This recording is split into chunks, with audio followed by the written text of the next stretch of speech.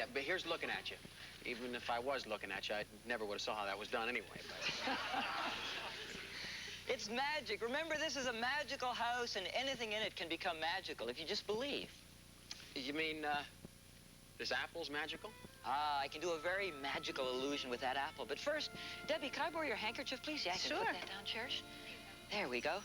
Okay, Anne, I'd like you to take this handkerchief, and so that you'll recognize it when you see it again, perhaps you could just sign it right across the top of the handkerchief there. No autographs, please.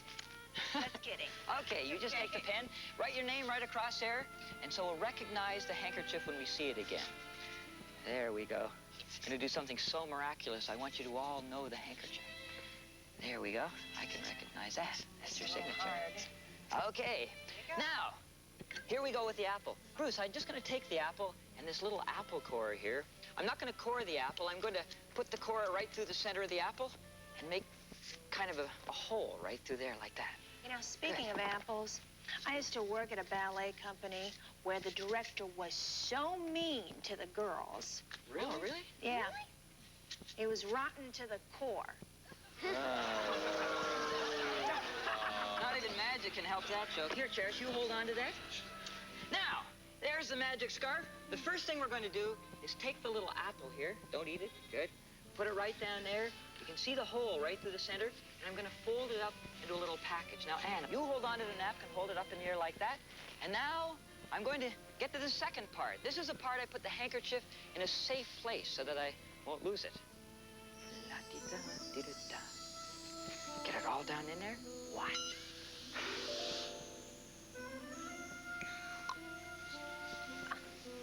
It's gone. But there's an old magician's expression that says, a wrapped apple gathers no handkerchiefs. But sometimes even a magician can be surprised. Look, we'll just rip off the napkin here.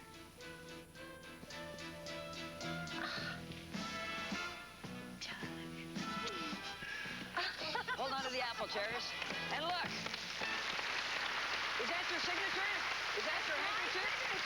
That sure is. You can hold on to that. And I'm going to give Bruce and Cherish here part of an apple. You just enjoy that, okay? That's totally amazing, but can you do it with a grape? Well, only if you have a very short name. Did you know that in every house there is an object that is very magical? Really? What is it? It's a mirror. A mirror gives you a very perfect illusion. But the thing about mirrors is that the objects reflected in them are just that. They're just illusions. But in my magical house, I can make those illusions become reality. I think you've been drinking too much of your chocolate milk.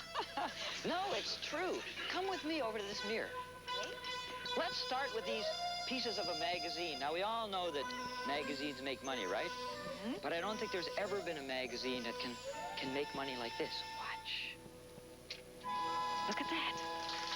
I'm impressed. Well, thank you. Now, Anne, if you just hold this money up to the mirror, I'll show you how you can double your capital without moving a muscle. All we need is a solid plate glass mirror right here. Now, I'm going to try to grab the reflection right off the mirror. Watch. To think I used to read magazines when I could have been cutting them up and making a fortune. Unfortunately, it only works in a magic house. But let's see what other wonders are reflected here. The next thing we need is a beautiful magical candle. I just light it, blow on the... And look at that. Changes into a beautiful flower for you. Now, with the magical candle, we can do many mysteries. The first one of which is to pass a solid flame right through the silk handkerchief, leaving it completely unharmed. Anne, you take the candle, hold it right there. I'm going to try to catch the flame right down here in the mirror.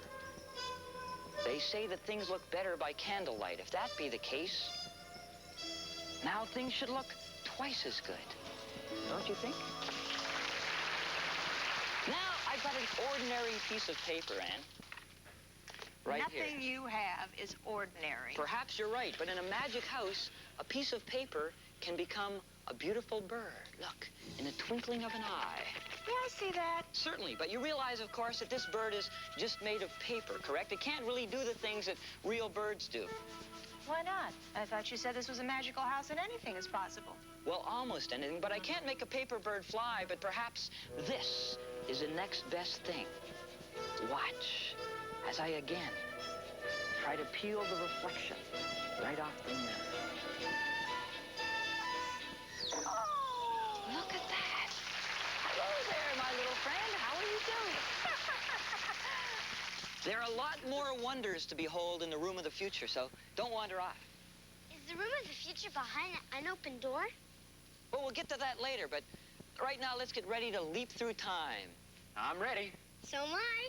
I think I'll stay here for a while. Where'd you put that magazine? I want to stay here and cut myself up a fortune. Doug Henning's World of Magic will return after these messages.